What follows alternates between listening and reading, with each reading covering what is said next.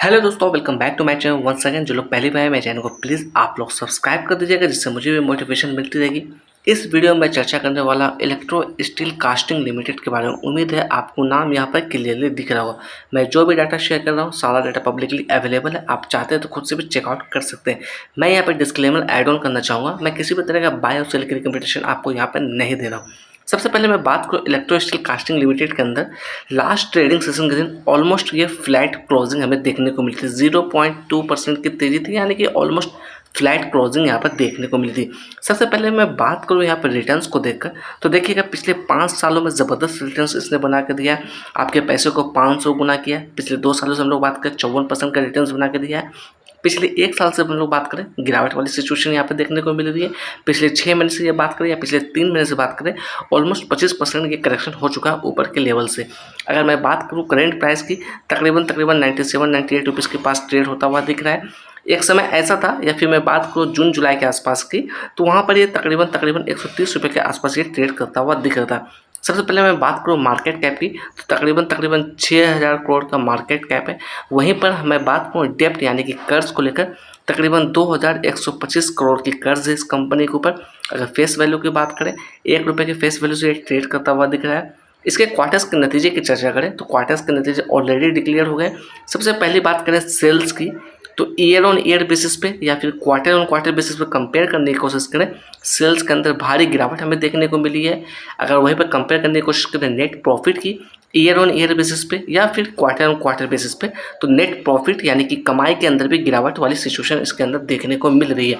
अगर मैं बात करूँ इसके काम को लेकर क्या काम करती है, तो डिफरेंट टाइप्स ऑफ आयरन यानी कि लोहे की मैन्युफैक्चरिंग और प्रोडक्शन करती है। जैसे कि कास्ट आयरन की बात करें, डक्टाइल आयरन की बात करें या पिग आयरन की बात करें, तो जितने भी डिफरेंट टाइप्स ऑफ आयरन है इसकी सप्लायर्स भी है, साथ ही साथ ये प्रोडक्शन भी करती है। अगर बात करें इसके अंदर वॉल्यूम को लेकर, तो लास्ट ट्रेडिंग सेशन के दिन यानी कि कल की मैं बात करूँ, तकरीबन 8 लाख की वॉल्यूम इसके अंदर नोटिस की गई थी। वहीं पर डिलीवरी ऑफ परसेंटेज की बात करें, 51% की डिलीवरी इसके अंदर उठाई गई थी। अगर बात करें डिविडेंड को लेकर, तो देखिएगा लास्ट डिविडेंड इसने दिया था 14 अगस्त 2025 को 1.40 रुपये प्रति शेयर के हिसाब से। उससे पहले और हम लोग बात करें साल 2024 की, तो वहाँ पर देखिएगा तकरीबन 90 पैसे के आसपास का डिविडेंड दिया था। फरवरी 2024 की बात करें, वहाँ 50 पैसे प्रति शेयर के हिसाब से डिविडेंड दिया था।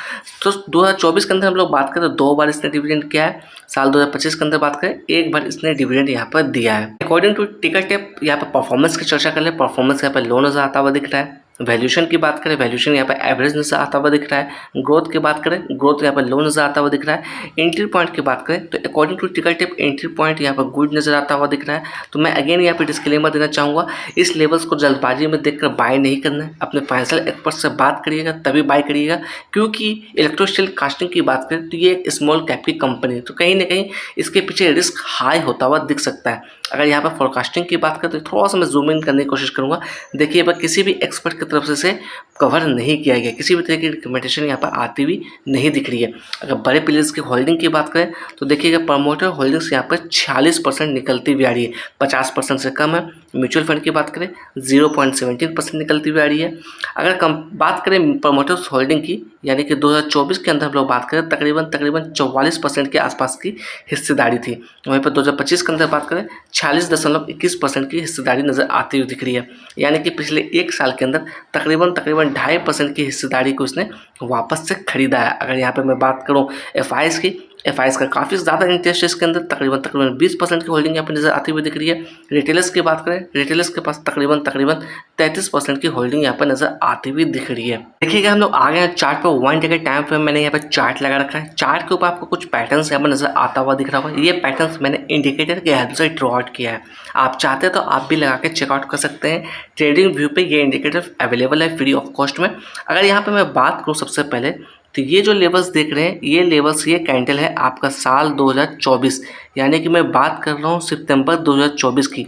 इसने यहाँ पर तकरीबन लेवल्स को अप्रोच करने की कोशिश की थी 224-228 रुपये के आसपास। अगर उसके हम लोग बात करें तो बड़ी गिरावट देखने को मिली। इसने यहाँ पर बॉटम बनाया। मैं बात कर रहा हूँ मार्च 2025 की, तकरीबन 94 रुपीज़ के आसपास इसने यहाँ पर सपोर्ट बनाने की कोशिश की। अगर इस लेवल से हम लोग मेजर आउट करने की कोशिश करें इसे, तकरीबन 60% की की गिरावट इसके अंदर हमें देखने को मिली। अब अगर अभी हम लोग बात करें तो अभी इसकी प्राइस जो चल रही है 98 रुपीज़ 18 पैसे के आसपास ये ट्रेड करता हुआ दिख रहा है।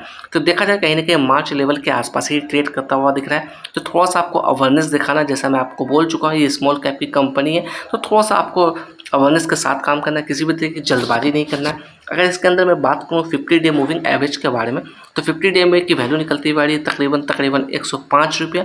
साथ ही साथ बात करें 200 डे मूविंग एवरेज के बारे में, इसकी वैल्यू निकलती हुई आ रही है 120 रुपया। तो देखा जाए ये दोनों लेवल जो हमारे लिए क्रूशियल हो सकती है, तो इस लेवल्स के ऊपर निकलता है तभी किसी तरह की आप डिसीजन लीजिएगा। मैं अगेन कहना चाहूँगा, मैं किसी भी तरह का बाय और सेल की रिकमेंडेशन यहाँ पर नहीं दे रहा हूँ। जो भी डाटा पब्लिकली अवेलेबल मैं उस डाटा को आपके साथ शेयर करने की कोशिश कर रहा हूँ। अगर मैं बात करूँ ट्रेडिंग व्यू की तरफ से क्या फोरकास्टिंग आ रही है इलेक्ट्रो स्टील कास्टिंग लिमिटेड के अंदर, तो मैं उसे भी आपको दिखाने की कोशिश करूँगा। यहाँ पर देखिएगा सिर्फ और सिर्फ वन एनालिस्ट इसे कवर किया over the 1 year of time period. Maximum estimate की बात करें 111 रुपये निकलती हुई आ रही है, मिनिमम एस्टिमेट की बात करें वो भी 111 निकलता हुआ रहा है। करेंट प्राइस की बात करें 98 रुपीज़ 18 पैसे के आसपास है। तो देखा जाए मिनिमम एस्टिमेट के नीचे ही निकलता हुआ आ रहा है। तो ये जो लेवल्स है ये सिर्फ प्रिडिक्शन है, ऐसा नहीं कि इसी पॉसिबिलिटी की होने की चांसेस है। तो इस गलतफहमी में आपको बिल्कुल भी नहीं आना है। कैपिटल इसके पीछे आपका लगने वाला है, इसलिए थोड़ा सा अवेयरनेस के साथ काम करिएगा।